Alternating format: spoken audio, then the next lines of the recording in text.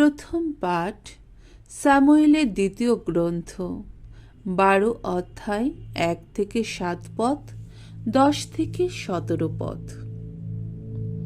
প্রবক্তা নাথানের তিরস্কার, দাউদের অনুতাপ। পরস্ত্রীকে পাবার জন্য দাউদ যে মহাপাপ করেছিলেন, ভগবান তাতে অপ্রসন্ন হলেন। তিনি দাউদের কাছে প্রবক্তা নাথানকে পাঠালেন। নাথান এসে দাউদকে বললেন, এক শহরে দুজন লোক থাকত। তাদের একজন ছিল ধনী আর একজন গরিব। ধনী লোকটির ছিল ছোট বড় গবাদি পশুর বিরাট বিরাট পাল, কিন্তু গরিব লোকটির কিছুই ছিল না, শুধু বাচ্চা একটি ভেড়া ছাড়া, যেটিকে সে কিনেছিল আর নিজেই পুষছিল। ভেড়িটি তার ঘরে তার নিজের ছেলে মেয়েদের সঙ্গে থেকেই বেড়ে উঠছিল। সে ওই গরিব লোকটির খাবার থেকেই খেত তারই বাটির জল, এবং তার কোলে শুয়ে ঘুমোতো।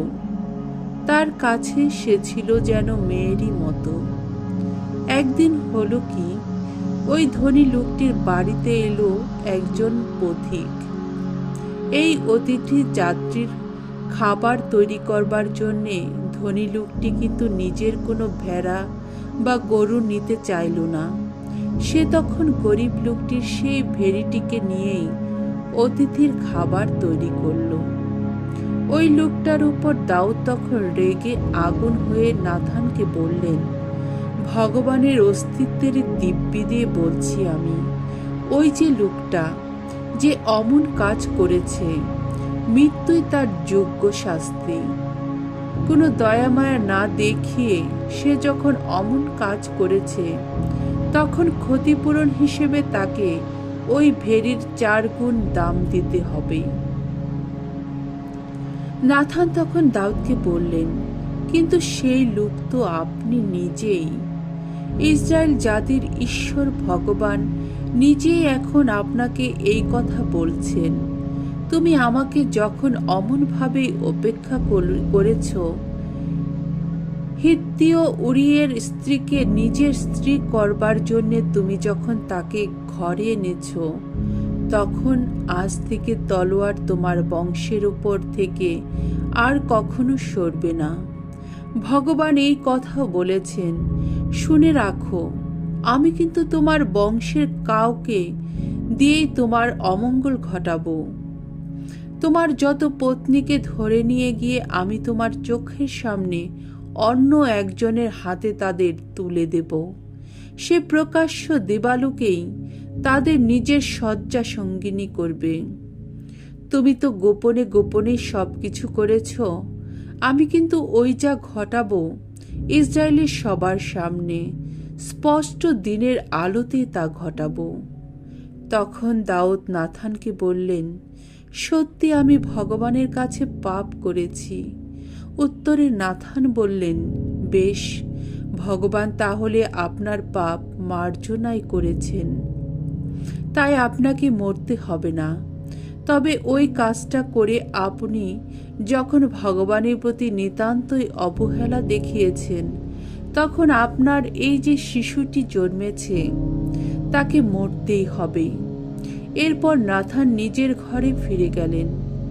উরিয়ের স্ত্রী গর্ভে দাউদের যে শিশুটি জন্মেছিল, ভগবান তখন তার এমনই দশা ঘটালেন, যার ফলে সে খুবই অসুস্থ হয়ে পড়ল। দাউদ ছেলেটির জন্য ভগবানের কাছে মিনতি জানালেন। তিনি কঠোর উপবাস শুরু করলেন। ঘরে এসে তিনি মাটিতেই শুয়ে রাত কাটাতে লাগলেন। তার পরিজনদের মধ্যে যারা বয়সে প্রবীণ ছিলেন, তারা তখন এসে অনেক করে বলতে লাগলেন তিনি যেন এইভাবে মাটিতে না থাকেন, কিন্তু তিনি তাদের কথায় কান দিলেন না। তাদের সঙ্গে কোনো কিছু খেতেও চাইলেন না। প্রভুর বাণী। ঈশ্বরকে ধন্যবাদ। শাম সঙ্গীত 51 অধ্যায় 10 থেকে 15 পদ। ধো, ওগো পরমেশ্বর, আমার মধ্যে রচনা করো নির্মল অন্তর।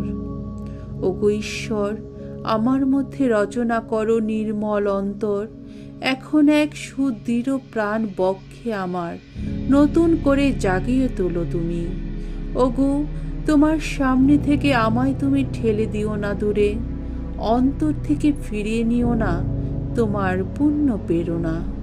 মুক্তি দানে আমাকে আবার পুলকিত করো, উদার চিত্তদানে আমাকে সুস্থির করে তুলো। দুর্জনকে চিনিয়ে দেব তোমার দেখানো পথ। ওগো, তোমার দিকে ফিরবে আমার পাপী মানুষের মন। ওগো ঈশ্বর, ত্রাণেশ্বর আমার, পাওনা মৃত্যু থেকে তুমি আজ বাঁচাও, বাঁচাও আমায়।